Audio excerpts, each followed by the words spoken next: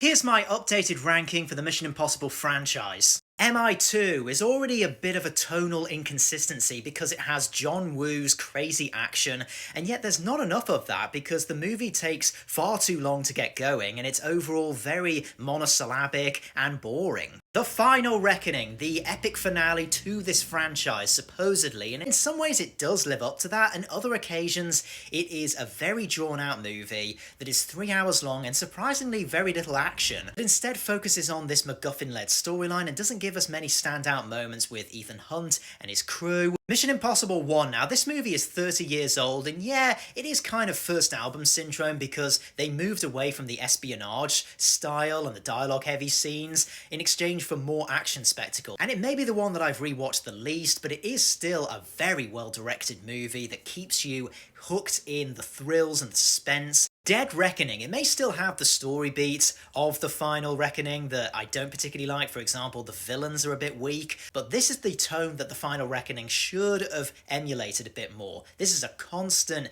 in-your-face action movie that never lets up. Mission Impossible 3, this ages like fine wine to me. For one, it has still to this day the best villain of the franchise, and that's just because Philip Seymour Hoffman was a league of his own. But also, you get to know Ethan Hunt outside of his job. You have the added addition of a wife involved, so the action is very personal. Rogue Nation, Christopher McQuarrie's first movie, and he came out swinging. You have some stellar action sequences. You have Tom Cruise breathing underwater for 7 minutes, I think it was. And then you have the car chase sequence, which goes straight into a motorbike chase. That is incredible. This is a breezy but also very unique installment. Ghost Protocol, to me the most fun of the franchise because Brad Bird is so electric with action movies, and it has probably my favourite team lineup, although that's debatable. The only thing I can knock it for is that the villain in it is very weak. That aside, everything about this movie is at the very least 8 out of 10. It would have been my number one, but it had to come out with MI Fallout, and this,